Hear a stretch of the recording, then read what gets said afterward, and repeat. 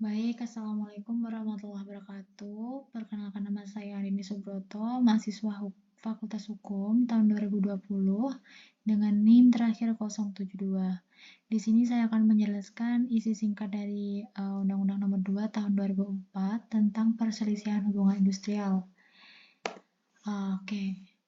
Apa sih hubungan industrial itu? Hubungan industrial adalah pihak yang berkepentingan atas proses produksi, baik barang maupun jasa di perusahaan. Hubungan industrial mengambil istilah dari labor relation atau hubungan perburuhan.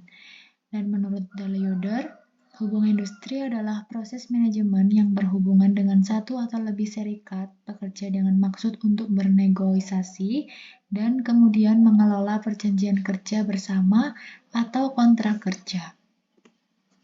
Nah, di sini di dalam Undang-Undang Nomor 2 Tahun 2004 tentang perselisihan hubungan industrial, pada pasal 1 angka 1 berbunyi, perselisihan hubungan industrial adalah perbedaan pendapat yang mengakibatkan pertentangan antara pengusaha atau gabungan pengusaha dengan pekerja buruh atau serikat pekerja serikat buruh karena adanya perselisihan mengenai hak, perselisihan kepentingan, perselisihan pemusatan hubungan kerja, dan perselisihan antar pekerja serikat buruh dalam satu perusahaan.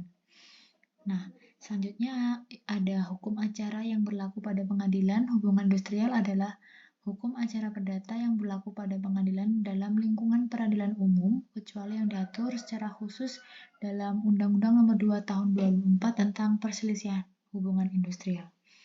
Selanjutnya pada pasal 2 berbunyi jenis perselisihan hubungan industrial meliputi huruf A, perselisihan hak, huruf B, perselisihan kepentingan, huruf C, perselisihan pemutusan hubungan kerja, dan huruf D, perselisihan antar serikat pekerja atau serikat buruh hanya dalam satu perusahaan. Nah, dalam penyelesaiannya yang pertama melalui bipartit. Pada pasal 6 yang berbunyi, ayat 1, setiap perundingan sebagaimana yang dimaksud dalam pasal 3 harus dibuat risalah yang ditandatangani oleh para pihak.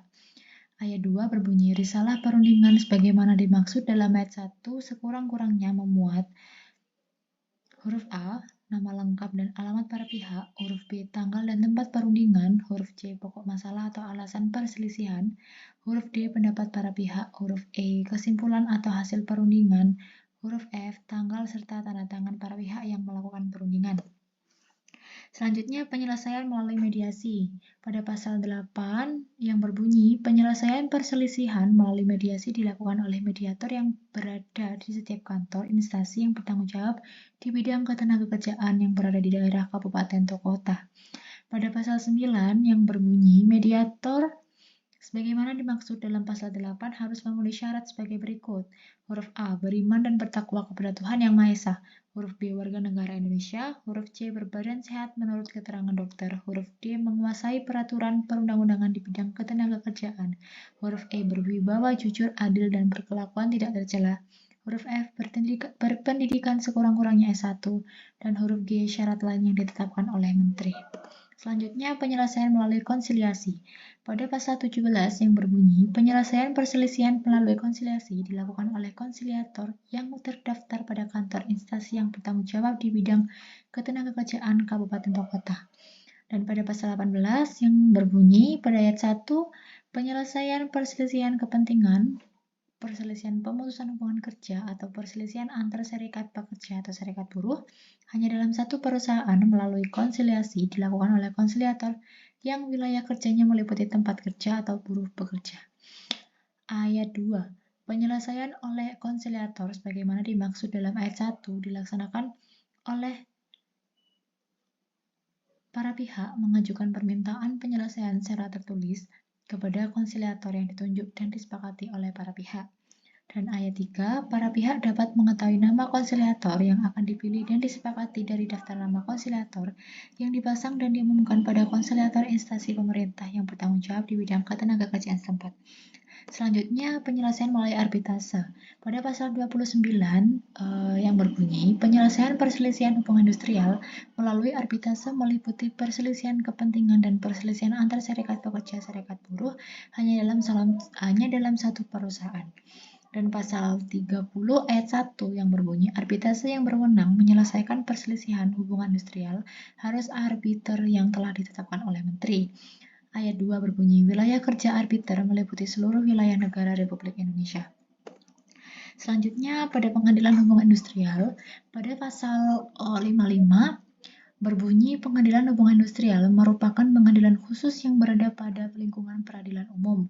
Dan pasal 56 berbunyi pengadilan hubungan industrial bertugas dan berwenang memeriksa dan memutus huruf A di tingkat pertama mengenai perselisihan hak, huruf B di tingkat pertama dan terakhir mengenai perselisihan kepentingan, huruf C di tingkat pertama mengenai perselisihan pemutusan hubungan kerja, dan terakhir huruf D di tingkat pertama dan terakhir mengenai perselisihan antar serikat pekerja atau serikat buruh dalam satu perusahaan. Nah, di sini ada susunan pengadilan hubungan industrial pada pengadilan negeri yang terdiri dari 1 hakim, 2 hakim khusus, 3 panitera muda, 4 panitera pengganti. Selanjutnya, susunan pengadilan hubungan industrial pada Mahkamah Agung yang terdiri dari 1 hakim agung, 2 hakim khusus pada Mahkamah Agung, 3 dan panitera. Selanjutnya di sini ada kekhususan kuasa hukum, yaitu serikat pekerja atau serikat buruh dan organisasi pengusaha dapat bertindak sebagai kuasa hukum untuk beracara di pengadilan hubungan industrial untuk mewakili anggotanya. Nah, di sini ada pengajuan gugatan. Yang pertama, gugatan perselisihan hubungan industrial diajukan kepada pengadilan hubungan industrial pada pengadilan negeri yang daerah hukumnya meliputi tempat pekerja atau buruh bekerja.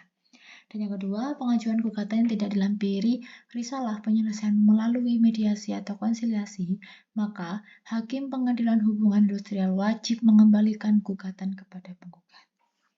Nah, sekian yang bisa saya sampaikan, isi dari Undang-Undang Nomor 2 Tahun 2004 tentang perselisihan hubungan industrial. Mohon maaf jika ada kesalahan saya dalam membaca. Terima kasih. Wassalamualaikum warahmatullahi wabarakatuh.